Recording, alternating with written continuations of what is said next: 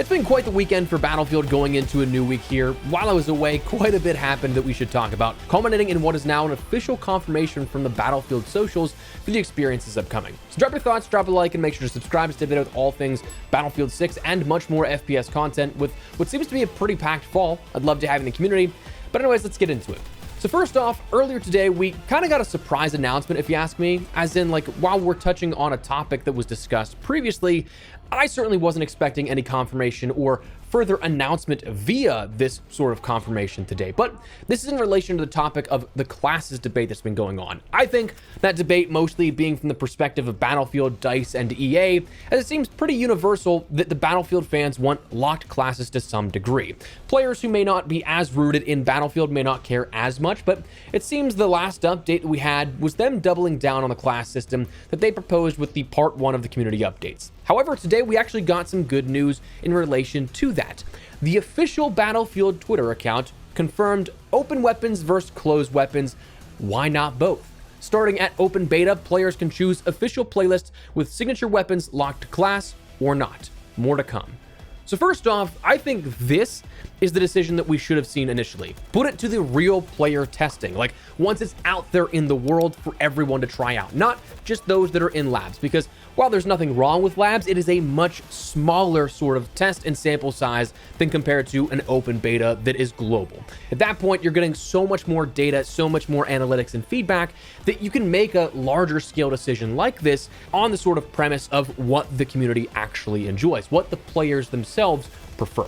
Push both official playlists, then test that out. The reception of this was way better. It seems like even though it doesn't guarantee that we'll see this sort of change be made for launch, at least right now we're at step 1 where we have some genuine communication and feedback going into this, and it's genuinely put to the player test at this point. All the replies on this are a stark contrast to the part 1 and 2 of what we saw with the community updates talking about the classes last. So it seems like people are happier, which is definitely nice, but also in the same sort of vein, it feels like this could have all been avoided, right? Like we got the details on the classes again just last week, only for this week to now be this announcement. So like you double down, get the backlash on that, but then are like, oh, well, we're actually going to try both these out. Like I feel like that decision could have been something that was thought of or considered before putting out that statement, that this could have been the community update part 2, if that makes sense. But anyways, personally speaking, before jumping into anything else here with what we want to discuss, this I think is a great step in the right direction.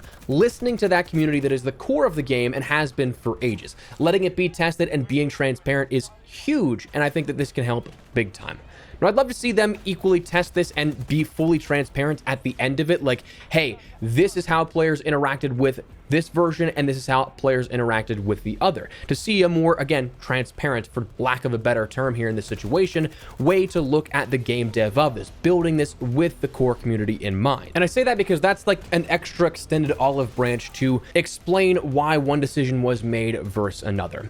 It's definitely nice to see them listening at the core. I mean, the biggest thing that I'd hate to see is that for, in their own terms, the competition with Call of Duty and Fortnite, I'd hate to see that fumbled with their own community without even testing this stuff in the wild. So this, bringing it to an open beta, I love that idea. With what I feel is like a lukewarm reception thus far for Black Ops 7, I don't want to say that it's a layup to dethrone COD, because that's never happened, if we're being honest with ourselves, but taking competition out of the equation, you will definitely have more people this year looking for something in the FPS space to play naturally. Giving them the best possible version of your game is something that does nothing but help.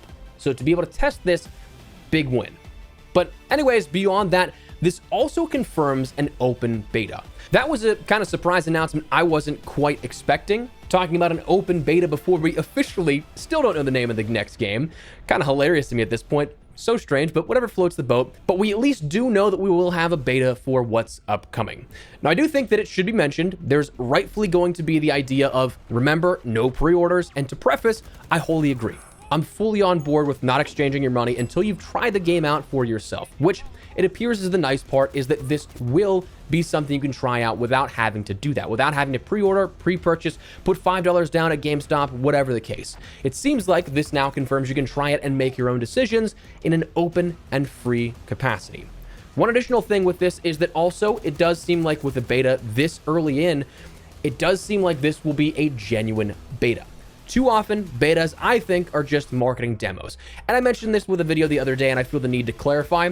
They're absolutely all marketing demos to encourage pre-orders, whatever the case. But when I consider a beta to be a genuine beta, it's when there's time to take feedback into account and adjust anything to the point where there's genuine changes made. Not, here's the beta, play it now, we're going to ship the game to disc, and you can end up playing the full launch version in 3 to 4 weeks' time. With the timing of things like this, there's still a ton of time to push things and get ready to go, make adjustments to weapon balancing, maps potentially, training paths for the different classes, and even the class system in general, while still pushing towards a launch in Q4, if that's even when they're targeting it, because we don't know. But in theory, even the earliest releases, which with what we'll talk about in a second about the beta leaked dates, this gives a genuine window for feedback, but also the ability for that feedback to be acted upon. So that's a big win as well, in my opinion. But that said, that brings us now to a few things in regards to leaks, specifically a reveal and a beta leak to follow.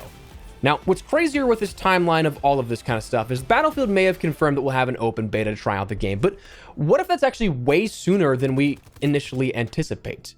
Well, according to Insider Gaming and a recently leaked package from creator Doom49, it would appear that the worldwide reveal for Battlefield 6 is going to be July 31st. Now, yeah, you're not crazy. Look at that calendar again. Seeing that next week is kind of crazy considering we haven't seen anything official for this announced just yet beyond, again, the mention of a beta coming at some point for this upcoming title. Now, this reveal event would, according to Insider Gaming, be akin to COD's recent Next events, where there'll be a worldwide reveal with a beta to follow shortly, but a lot of stuff being showcased in a live capacity, which more on the beta in a second, but what will be shown off at that reveal is still unknown. Naturally, obviously things like the multiplayer core experience will be shown off, but things like a campaign, battle royale, that gauntlet mode, those are still complete mysteries if those will be showcased or not. But what's also crazy about this timeline is with the fact that we haven't seen anything confirmed for this, this should indicate that we should be seeing things like this week starting to be announced, right? Whether tomorrow, Wednesday, Thursday, or Friday, while it's purely a guess, it has to be sometime this week, right? Like, unless EA are just looking to completely shadow drop this reveal for Battlefield 6, the only thing that they've done in the past that I can think of on such a grand scale would be like the launch of Apex Legends years back. It has to be something announced this week to start the marketing for this kind of stuff, right? It's just such a strange scenario if this all falls into place as it's looking like it will, but we might have a reveal very, very close to now. And then finally, the beta leaks to follow. Again, that beta was confirmed, but what's interesting is that it's also spotted in the API of the EA app that it revealed the beta could start as soon as the 4th.